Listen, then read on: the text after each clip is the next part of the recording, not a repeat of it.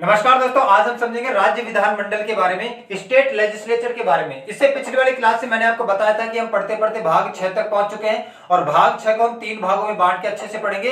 एक राज्यपाल के अनुच्छेद कौन कौन से हैं, एक राज्य विधानमंडल के अनुच्छेद कौन कौन से हैं और एक हमारे उच्च न्यायालय के अनुच्छेद कौन कौन से हैं। तो पिछली वाली क्लास में मैं आपको अनुच्छेद 153 से लेकर 167 तक पढ़ा चुका हूँ। पूरा का पूरा राज्यपाल का ढांचा मैं आपको पढ़ा चुका हूँ, राज्यपाल की शक्तियां पढ़ा चुका हूँ। और आज हम पढ़ेंगे राज्य विधानमंडल से संबंधित आर्टिकल, स्टेट लेजिस्लेचर भाग 6 में है और अनुच्छेद 168 से लेकर 177 तक हमें पढ़ना है। आज सबसे पहले अनुच्छेद 168 में लिखा है कि प्रत्येक राज्य में एक राज्य विधानमंडल बनाया जाएगा। ठीक है, state legislature in every state, प्रत्येक राज्य में राज्य विधानमंडल बनाया जाएगा। अब ये राज्य विधानमंडल होता क्या है, देखो जैसे हमारी एक संसद है, संसद के 2 सदन है, लोकसभा और राज्यसभा, वैसे ही हमारे राज्य में होता है राज्य विधानमंडल। और राज्य विधानमंडल के भी 2 सदन होते हैं, निचले वाले सदन को विधानसभा कहते हैं, ऊपर वाले सदन को विधान परिषद कहते हैं। ये है लेजिस्लेटिव असेंबली और ये है लेजिस्लेटिव काउंसिल। इसको आप लोकसभा की तरह समझ सकते हैं, इसको आप राज्यसभा की तरह समझ सकते हैं।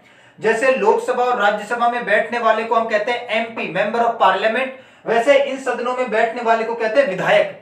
हिंदी में तो इनको विधायक ही कहते हैं, अंग्रेजी में थोड़ा डिफरेंट है। विधानसभा में बैठने वाले को कहते हैं member of legislative assembly, MLA, Hindi में इसको विधायक ही बोलते हैं। और विधान परिषद में बैठने वाले को कहते हैं member of legislative council, member of legislative council, MLC, इसको हिंदी में विधायक कहते हैं। तो यहां पर बैठने वाले को एमएलए कहते हैं, यहां पर बैठने वाले को एमएलसी कहते हैं, हिंदी में दोनों को ही विधायक कहते हैं। अब देखो, कहा तो यह गया है कि राज्य विधानमंडल का मतलब होता है एक सदन भी हो सकता है या 2 सदन भी हो सकते हैं, ये ध्यान रखना। राज्य विधानमंडल का मतलब होता है राज्यों के अंदर नियम कानून बनाने वाली संस्था। जैसे केंद्र सरकार में नियम कानून बनाने वाली संस्था को हम संसद कहते हैं, वैसे राज्य में नियम कानून बनाने वाली संस्था को, जो राज्यों के लिए नियम कानून बनाती है, बिगाड़ती है, उसको हम कहते हैं राज्य विधानमंडल। विधानमंडल जहां नियम कानून बनते हैं तो उसमें एक सदन भी हो सकता है, 2 सदन भी हो सकते हैं। अब आपको ये बार बार पूछा जाता है कि कितने राज्यों में 2 सदन है।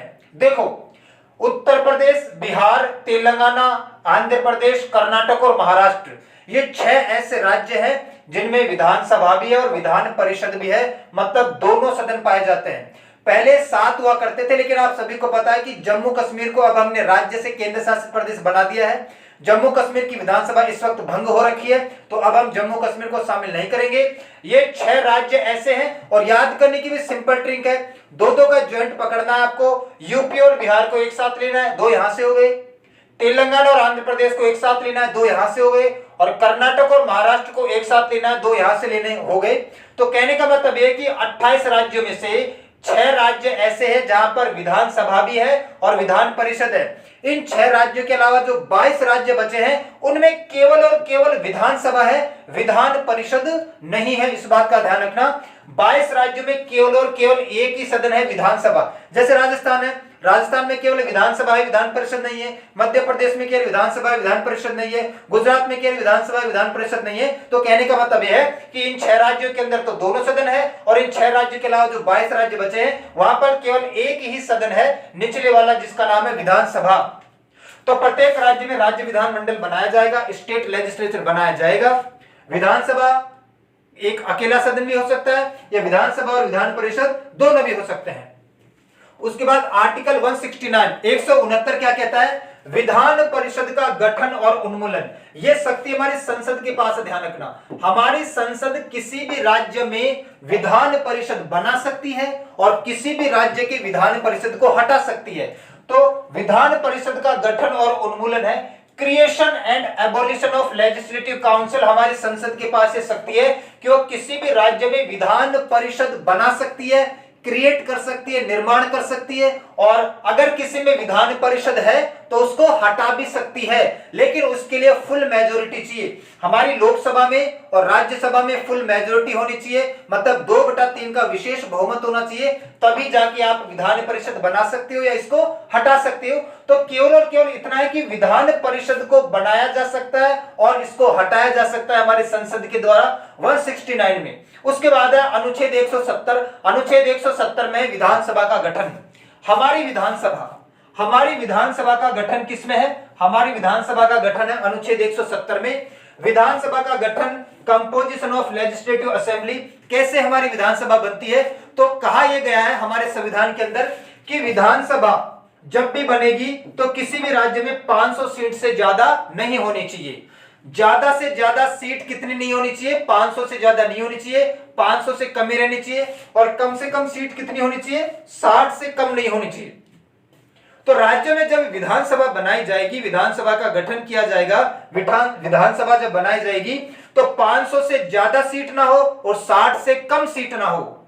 ज्यादा सीट हमारे राज्य में किसमें है? उत्तर प्रदेश में 403 सीट है। सबसे ज्यादा विधानसभा की सीट आपको उत्तर प्रदेश में मिलेगी, 403 सीट है, 500 से तो कम ही है। अब देखो 500 से ज्यादा ना हो, 60 से कम नहीं होनी चाहिए, लेकिन भाई राज्य बहुत ही छोटा है तो 60 से कम भी हो सकती है। जैसे सिक्किम है, सिक्किम के अंदर आपको 40 ही सीट मिलेगी, तो आप कहोगे कि सर 40 सीट है इसके अंदर, तो कम से कम 60 से कम नहीं होनी चाहिए। ये कोई जरूरी मापदंड नहीं है, कहा गया है कि 60 से कम नहीं होनी चाहिए, लेकिन राज्य अगर बहुत ही छोटा है, जैसे सिक्किम है, गोवा है, यहां पर आपको 40-40 विधानसभा की सीट मिलेगी, तो यहां पर आराम से 40 मौजूद है। ये केवल पढ़ने में ही आता है कि भाई 500 से ज्यादा विधानसभा की सीट ना हो किसी राज्य में और 60 से कम नहीं होनी चाहिए, लेकिन अगर उस राज्य की जनसंख्या बहुत कम है तो वहां पर 60 बनाने की जरूरत ही नहीं है, तो आप वहां पर कम भी बना सकते हो। तो 500 से ज्यादा ना हो, 60 से कम ना हो विधानसभा की सीटें किसी भी राज्य में। यह हो गया निचला सदन। तो अनुच्छेद 170 संबंधित है विधानसभा के गठन से, और अनुच्छेद 171 संबंधित है विधान परिषद के गठन से। हमारी विधानसभा कैसे बनेगी, विधान परिषद कैसे बनेगा? 170 में तो विधानसभा का गठन है कि विधानसभा कैसे बनेगी, कितनी बनेगी, और अनुच्छेद 171 में है विधान परिषद का गठन की विधान परिषद कैसे बनेगा। तो किसी भी राज्य में जो विधान परिषद बनेगा, जिस भी राज्य में विधान परिषद बनाया जाएगा ना, वो विधानसभा का 1/3 से ज्यादा नहीं हो सकता उसमें सदस्यों की संख्या। जैसे मान लो कि राजस्थान में विधानसभा की सीट कितनी है? 200। राजस्थान में अगर हमें विधान परिषद बनाना है तो हमें क्या करना है?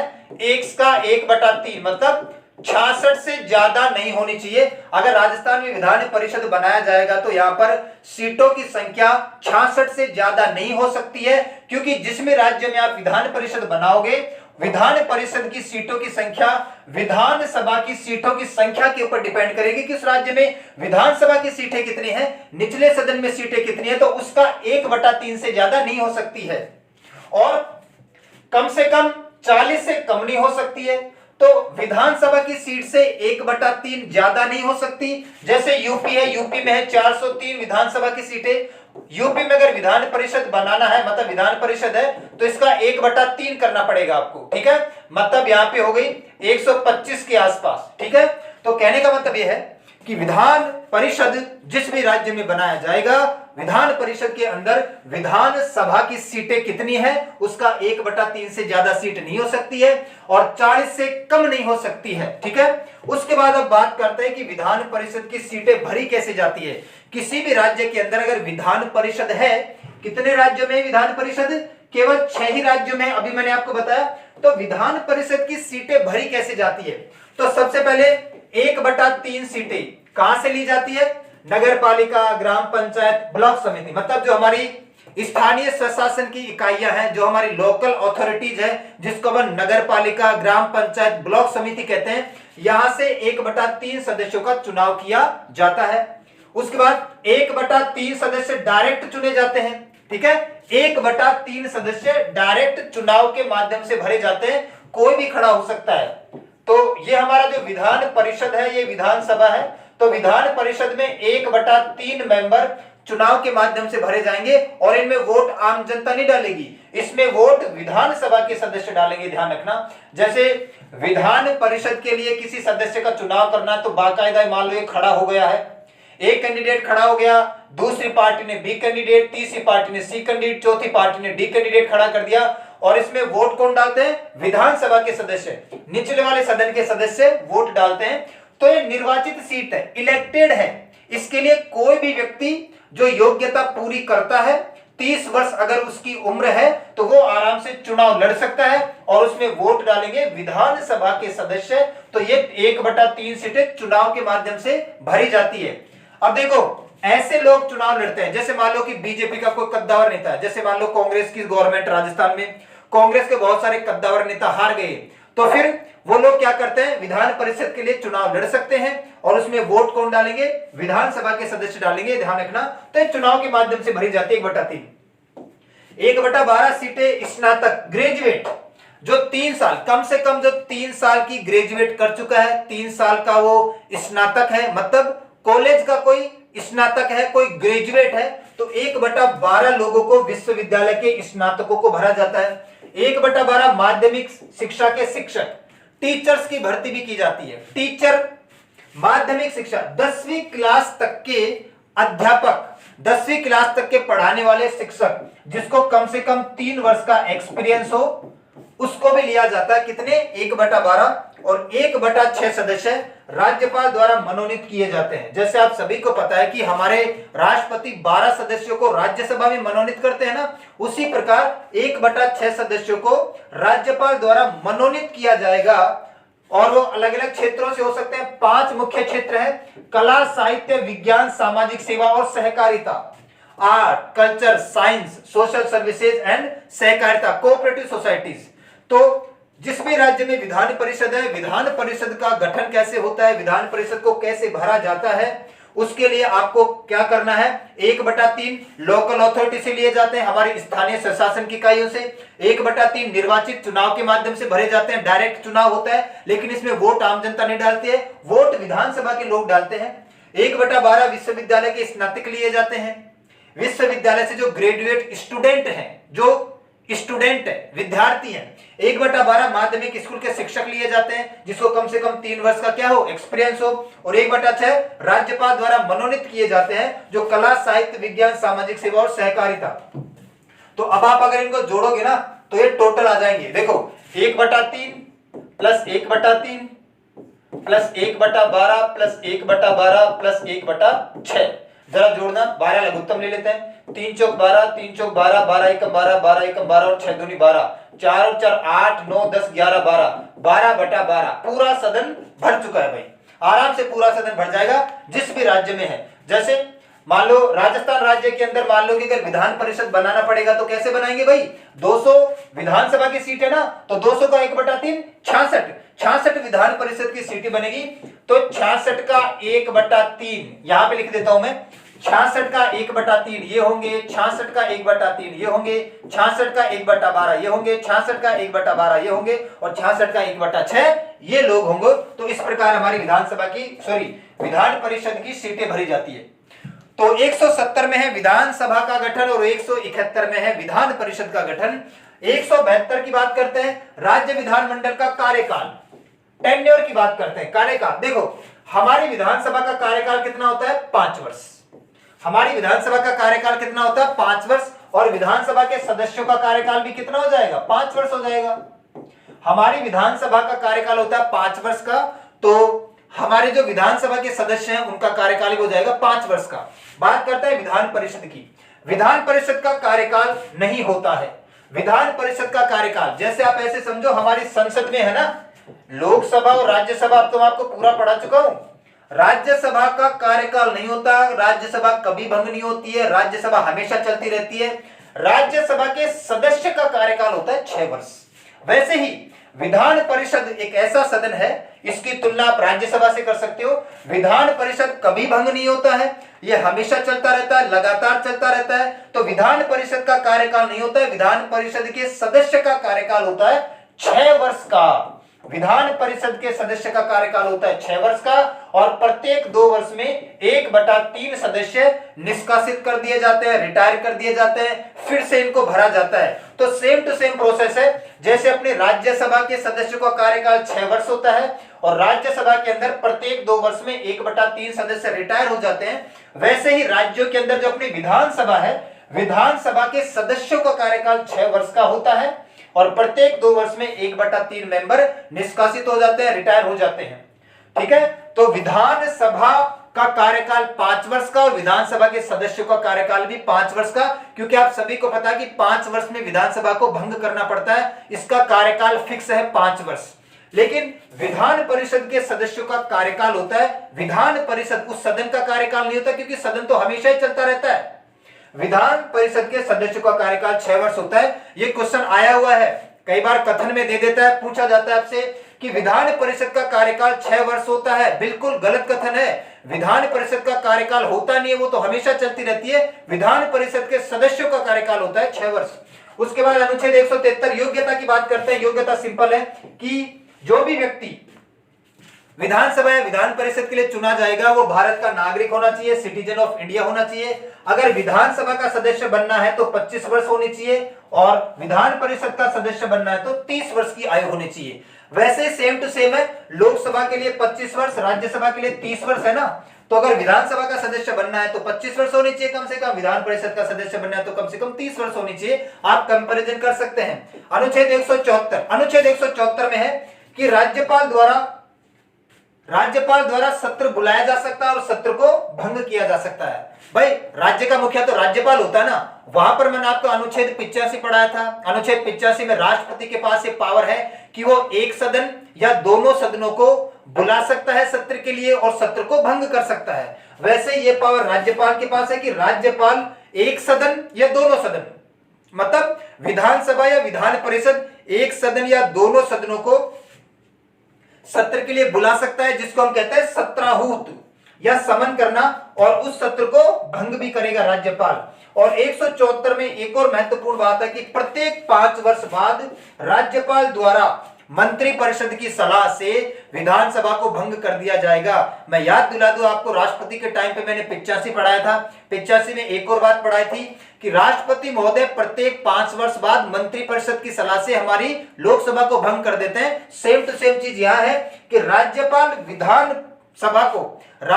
मंत्री परिषद की सलाह से विधानसभा को प्रत्येक 5 वर्ष बाद क्या कर देते हैं, भंग कर देते हैं, डिसॉल्व कर देते हैं। तभी तो नई विधानसभा बन के आएगी, क्योंकि हर 5 साल बाद चुनाव होते हैं ना, तो इसका कार्यकाल 5 वर्ष होता है। तो यहां मैं आपको यही बता रहा था कि विधानसभा का कार्यकाल भी 5 वर्ष, और अगर विधानसभा का कार्यकाल 5 वर्ष है तो उसके सदस्य का कार्यकाल भी 5 वर्ष हो गया है। ठीक है, तो 174 में क्या है, विधानसभा के सत्र को बुलाना और सत्र को भंग करना, और प्रत्येक 5 वर्ष बाद राज्यपाल द्वारा विधानसभा को भंग कर देना। उसके बाद अनुच्छेद 175 कहता है कि राज्यपाल विधानसभा और विधान परिषद दोनों सदनों को संबोधित कर सकता है। राज्यपाल राज्य का मुखिया होता है, वो हमारे संसद के दोनों सत्रों को, विधानसभा और विधान परिषद, लेजिस्लेटिव असेंबली और लेजिस्लेटिव काउंसिल दोनों सदनों को संबोधित कर सकते हैं, एड्रेस कर सकते हैं, पावर है, मुखिया है, सिंपल है। उसके बाद अनुच्छेद 176 क्या कहता है, राज्यपाल द्वारा प्रत्येक वर्ष प्रथम सत्र का प्रथम संबोधन।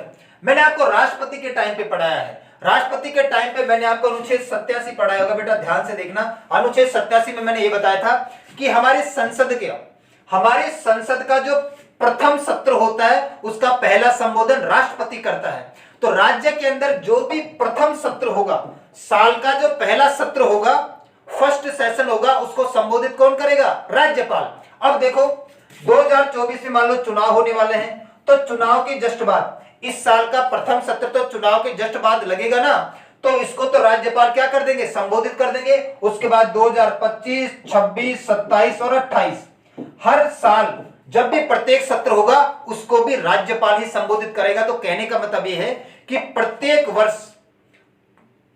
वर्ष राज्य विधानमंडल के प्रथम सत्र को राज्यपाल द्वारा संबोधित किया जाएगा। वहां पे अपना राष्ट्रपति करता था।